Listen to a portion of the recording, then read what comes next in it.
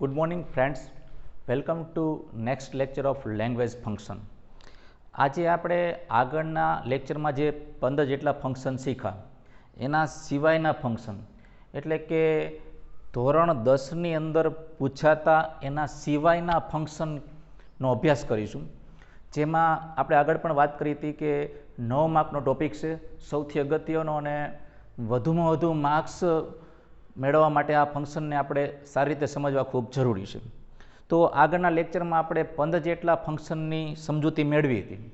હવે આજના લેક્ચરમાં આપણે બીજા વધારાના એક્સ્ટ્રા જેટલા બની શકે એટલા અમે બધા આવરી લીધા છે, ટોટલ 25 જેવું થાય છે. તો આજના લેક્ચરમાં આપણે બીજા 10 ફંક્શન જે વધારાના છે જેમાંથી પણ પૂછાઈ શકે એનો આપણે અભ્યાસ કરીશું. સૌપ્રથમ શરૂઆત કરીએ.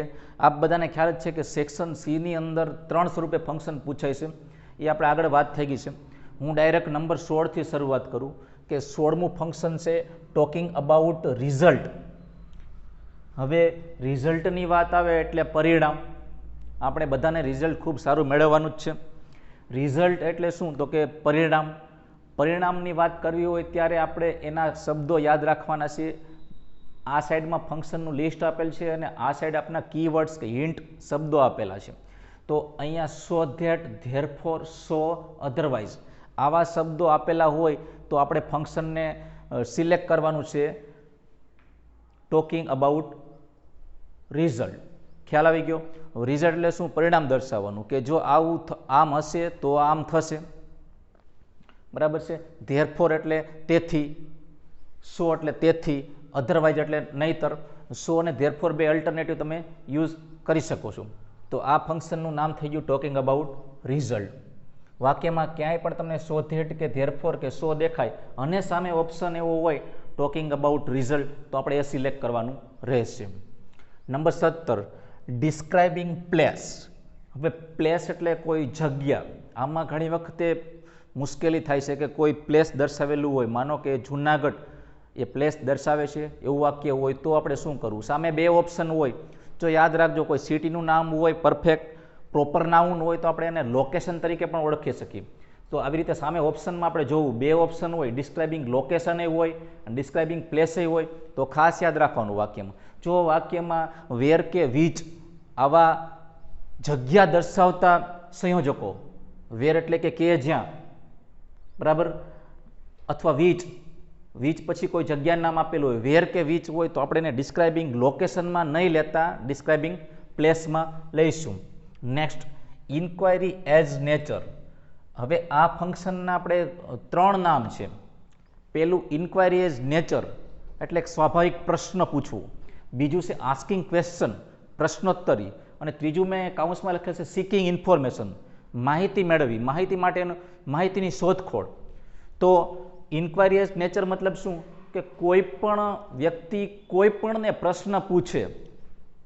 હવે પ્રશ્ન પૂછે એટલે એ કાં તો સહાયકારક ક્રિયાપદથી હોય કાં WH વર્ડથી હોય. તો WH વર્ડથી પ્રશ્ન પૂછવામાં આવેલો હોય અથવા ડુ ડઝ ડીડથી પ્રશ્ન પૂછવામાં આવેલો હોય તો આપણે આ ફંક્શનને ઇન્ક્વાયરી એઝ નેચર અથવા સીકિંગ ઇન્ફોર્મેશન અથવા આસ્કિંગ ઇન્ફોર્મેશન કહી શકશું. કઈ રીતે? માનો કે કોઈ મોબાઈલની દુકાનમાં આપણે ગયા તો મોબાઈલ આપણે પરચેજ કરવો છે. તો સૌપ્રથમ બધું જોઈ લીધું, આપણે મોબાઈલના ફીચર્સ જોઈ લીધા, પછી આપણે પહેલો પ્રશ્ન દુકાનદારને એ પૂછીએ કે આ મોબાઈલની કિંમત શું છે? What is the price of this cell phone? તો what is the price of this cell phone એ એક સેન્ટેન્સ બની ગયું, પ્રશ્નાર્થ ચિહ્ન પાછળ આવે. આ વાક્યને આપણે ફંક્શનમાં દર્શાવીએ તો સીકિંગ ઇન્ફોર્મેશન, આસ્કિંગ ક્વેશ્ચન અથવા ઇન્ક્વાયરી એઝ નેચર. બરાબર છે. Next 19 number talking about time. હવે ટોકિંગ અબાઉટ ટાઈમ છે એ ફંક્શન પણ થોડું કોમ્પ્લિકેટેડ છે. એ ટોકિંગ અબાઉટ ટાઈમનું વાક્ય પૂર્ણ વર્તમાન કાળનું હોય છે અથવા પૂર્ણ વર્તમાન કાળનું એટલે એમાં હેવ, હેઝ હોય અને V3 હોય અને just, already, ever, never, for આવા શબ્દો હોય. એટલે આપણને ખ્યાલ આવી જાય કે આ પૂર્ણ વર્તમાન કાળનું વાક્ય છે. જો પૂર્ણ વર્તમાન કાળનું વાક્ય હોય તો એ ફંક્શનને આપણે ડાયરેક્ટ સિલેક્ટ કરી લેવાનું ટોકિંગ અબાઉટ ટાઈમ. અધરવાઇઝ એવું ન હોય તો તમારે યાદ રાખવાનું છે when, while, till, until. When પણ સમય દર્શાવે છે, વાઇલ પણ સમય દર્શાવે છે, ટીલ અનટીલ પણ સમય દર્શાવે છે. કેવી રીતે? માનો કે કોઈ શિક્ષક દ્વારા કહેવામાં આવે કે જ્યાં સુધી હું કહું નહીં ત્યાં સુધી કોઈ વ્યક્તિ લખવાનું શરૂ કરશે નહીં. તો જ્યાં સુધી ત્યાં સુધી એટલે ટીલ, અનટીલ આવા શબ્દો હોય તો એ ફંક્શનને આપણે ટોકિંગ અબાઉટ ટાઈમમાં લેશું. Next, point of time. તો મિત્રો ખાસ યાદ રાખજો, ટાઈમ ઉપર આધારિત ફંક્શન ઘણા બધા છે. આપણે ડ્યુરેશન ઓફ ટાઈમ છે, ટોકિંગ અબાઉટ ટાઈમ છે અને આ પોઈન્ટ ઓફ ટાઈમ છે. બધા સાથે પણ હોઈ શકે. પોઈન્ટ ઓફ ટાઈમ એટલે શું? પોઈન્ટ, કોઈ ફિક્સ પોઈન્ટ કહી દીધું હોય કે અહીંથી અહીં સુધી રાહુલ 9 થી 10 સુધી વાંચે છે, તો પરફેક્ટ સમય કહી દીધું. Rahul has been reading since 9 to 10 AM. તો 9 થી 10 સુધીનો પોઈન્ટ આવી ગયો. પરફેક્ટ કહી દીધું કે અહીંથી અહીં સુધી. ત્યારે આપણે ઉપયોગ કરશું પોઈન્ટ ઓફ ટાઈમનું, જેમાં ચોક્કસ સમયનો નિર્દેશ કરેલો હોય છે, એટલે એને નામ આપવામાં આવેલું છે પોઈન્ટ ઓફ ટાઈમ. ત્યારબાદ મેકિંગ રિક્વેસ્ટ ઓબ્લિક સજેશન. જો બે નામ છે, મેકિંગ રિક્વેસ્ટ છે અથવા મેકિંગ સજેશન છે. સજેશન એટલે સૂચન, રિક્વેસ્ટ એટલે વિનંતી. રિક્વેસ્ટ એટલે આપણે જાણીએ છીએ કે પ્લીઝ, કાઇન્ડલી આવા શબ્દો હોય, બરાબર. પ્લીઝ હેલ્પ મી, તો આપણે એને મેકિંગ રિક્વેસ્ટ તરીકે લઈ શકીએ. સજેશન હોય તો કે can you please install this application, તો એવો શબ્દ હોય તો પણ આપણે એને સજેશન અથવા મેકિંગ રિક્વેસ્ટમાં લઈ શકીએ. જેમાં please, kindly, can, could, will, would અથવા કોઈ પણ વાક્ય હોય એવું કેવું હોય છે? પ્રશ્નાર્થ. પ્રશ્નાર્થ વાક્યમાં તમારે કન્ફ્યુઝનમાં નહીં આવવાનું કે પ્રશ્નાર્થ વાક્ય તો ઇન્ક્વાયરી નેચરમાં આવે, પણ પ્રશ્નાર્થમાં જોવાનું કે કોઈ વસ્તુને જાણવાની વાત છે તો ઇન્ક્વાયરી નેચર, કોઈ વિનંતી કે સૂચન છે અને પ્રશ્નાર્થ છે તો આવે મેકિંગ રિક્વેસ્ટ. ત્યારબાદ છે એક્સપ્રેસિંગ ઇમોશન્સ. આ એમ સ્ટાર કરેલો છે. 12મા નંબરનું આગળના લેક્ચરમાં ફંક્શન આપણે આવી ગયું છે, જેને આપણે નામ આપ્યું હતું એક્સચેન્જિંગ નાઇસટીઝ અથવા એક્સચેન્જિંગ પ્લેઝન્ટરીઝ. આ ત્રીજું નામ છે એક્સપ્રેસિંગ ઇમોશન. ઇમોશન એટલે કે લાગણી દર્શાવી.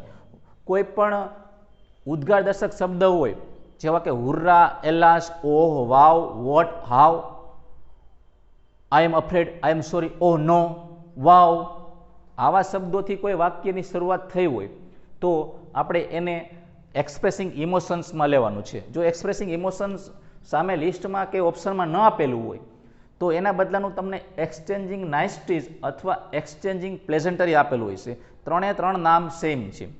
Next, number 23, expressing obligation. હવે ઓબ્લાઇગેશન એટલે કે સલાહ આપવી, બરાબર છે. ડૉક્ટર સામાન્ય રીતે દર્દીને સલાહ આપે કે you should take rest for a week, તમારે 1 અઠવાડિયાનો આરામ કરવો જોઈએ. તો ઓબ્લાઇગેશનમાં શું આવશે? શુડ અથવા ઓટ ટુ. કોઈ ભારપૂર્વકની સલાહ આપે કે તમારે આટલું તો કામ કરવું જ પડશે, ત્યારે આપણે એને લેવાનું છે એક્સપ્રેસિંગ ઓબ્લાઇગેશન. એમાં ખાસ યાદ રાખવાનું, શુડ અને ઓટ ટુ બે શબ્દો વધારે ફોકસ કરવાના, ત્યારે આપણે ઓબ્લાઇગેશન મૂકવાનું છે. ફંક્શન બહુ ઓછું પૂછાય છે. Next 24 number, describing future. આ બહુ સિમ્પલ છે. છેલ્લા બે ફંક્શન બહુ સિમ્પલ છે. ડિસ્ક્રાઇબિંગ ફ્યુચર એટલે કે કાંઈ નિર્દેશ ન કરેલો હોય, માત્ર સામાન્ય વાક્ય આપેલું હોય કે I will play cricket tomorrow. તો કોઈ ફંક્શનનું નામ ન હોય, સામે ડિસ્ક્રાઇબિંગ ફ્યુચર હોય તો આપણે આ વાક્યને ડિસ્ક્રાઇબિંગ ફ્યુચરમાં ગણી નાખવાનું. Next, last 25, describing present. વર્તમાન કાળ દર્શાવવાનું. હવે કોઈ ફંક્શનનું નામ ન આપેલું હોય, કોમ્પ્લિકેશન હોય તમારે બહુ, ખાલી એક વાક્ય આપેલું હોય, બરાબર છે, કે હી રીડ્સ અ બુક ડેઇલી. આમ ડેઇલી પરથી ખ્યાલ આવી જાય, પણ છતાંય ખ્યાલ ન આવે, તમને એમ લાગે કે સાદા વર્તમાન કાળનું વાક્ય છે, અને સામે આપણને પોઈન્ટ આપેલો હોય કે ઓપ્શન આપેલો હોય ડિસ્ક્રાઇબિંગ પ્રેઝન્ટ, તો આપણે આવા વાક્યને, સાદા વર્તમાન કાળના વાક્યને ડિસ્ક્રાઇબિંગ પ્રેઝન્ટમાં લઈ શકાય. મિત્રો ખાસ યાદ રાખવાનો, અહીંયા મેં રેડ કલરથી માર્ક કરેલું છે કે એસએસસી બોર્ડમાં માત્ર કોઈ પણ 9 ફંક્શન પૂછાય છે. 9 કઈ રીતે? તો કે પહેલાં જોડકામાં 4 ઓપ્શન આપ્યા હોય, એક વધારાનું, ટોટલ 10 હોય, એમાંથી એક ફંક્શન છે આપણે ક્યાંય આવતું નહીં હોય. 9 ફંક્શન આવશે. પહેલાં મેચ એબી, જોડકા જોડવામાં 3 ફંક્શનનો ઉપયોગ થશે. 4 આપેલા છે, 3નો જ ઉપયોગ થશે. 32, 33 અને 34માં 3 ફંક્શનનો ઉપયોગ થશે. ત્યારબાદ ડાયલોગ પૂરો કરો, એમાં 3 ફંક્શન આવશે. પ્રશ્ન નંબર 35, 36 અને 37. 3માં ડાયલોગ પૂરો કરવાનો આવશે. ત્યારબાદ બીજા 3 ટોટલ 6 થયા, બીજા 3 ક્યાં તો કે કમ્પ્લીટ ધ સેન્ટેન્સ. એમાં પ્રશ્ન નંબર 38, 39 અને 40 આમાં આપણે 3 વાક્યને પૂર્ણ કરવાના 3 ફંક્શન આવશે. આ બધા મળી અને ટોટલ 9 ફંક્શન થાય છે. હવે 9 ફંક્શન આપણે વ્યવસ્થિત રીતે તૈયાર કરવાના રહેશે તો 9 માર્ક્સ આવે. આપેલા 25 જેટલા ફંક્શન તમે તૈયાર કરી લો આની આગળના લેક્ચરના અને આ મળીને, તો તમારે 9 માર્ક્સ મેળવવા ખૂબ ઇઝી થઈ જાય. હવે આ ફંક્શનનો આપણે ઉપયોગ આપણે 3 રીતે કરવાનો છે. દરેક ફંક્શનને 3 રીતે ઉપયોગમાં લેવાનું છે. પહેલું, વાક્ય આપેલું હોય અને સામે ફંક્શન સિલેક્ટ કરવાનું. બીજું કે 2 વ્યક્તિ હોય, એક બોલનાર હોય, એક સાંભળનાર હોય. બોલનાર વ્યક્તિ જે બોલે છે અને નીચે સાંભળનાર છે ઇન્ટુ બ્રેકેટ ફંક્શન આપેલું હોય, તો એ ફંક્શનનો ઉપયોગ ડાયલોગ પૂર્ણ કરવા માટે કરવાનો છે, જેમાં આપણને MCQ આપેલા હશે. એ બહુ સરળ રહેશે. ત્રીજું અને થોડું ડિફિકલ્ટ, કમ્પ્લીટ ધ સેન્ટેન્સ. કોઈ અધૂરું વાક્ય આપેલું હશે અને એમાં કાઉન્સમાં ફંક્શનનું નામ આપેલું હશે, એ ફંક્શનના નામને ધ્યાનમાં રાખીને એ વાક્ય પૂર્ણ કરવાનું છે. યાદ રાખો, અધૂરું વાક્ય હોય છે તેના પરથી આપણે વાક્ય પૂર્ણ કરવાનું છે. જો પૂર્ણ કરવામાં તમે 2 થી 3 ભૂલ કરો એનો કોઈ માર્ક મળતો નથી, કારણ કે અડધું વાક્ય આપેલું હોય છે, માત્ર આપણે અડધું બનાવવાનું છે. સેન્ટેન્સ પેટર્ન બરોબર હોવી જોઈએ, કાળ બરાબર હોવો જોઈએ અને ફંક્શનના કીવર્ડ્સ એમાં ઇન્ક્લુડ થઈ જવા જોઈએ, તો જ તેના 9 માર્ક્સ તમને પૂરા મળે છે. 3 માર્ક્સ મળે છે. આ રીતે આપણે લેંગ્વેજ ફંક્શનનો પોઈન્ટ સારી રીતે સમજી લઈએ અને મગજમાં ઉતારી લઈએ અને બધા કીવર્ડ્સને સરળતાથી યાદ રાખી લઈએ. Thank you. આભાર.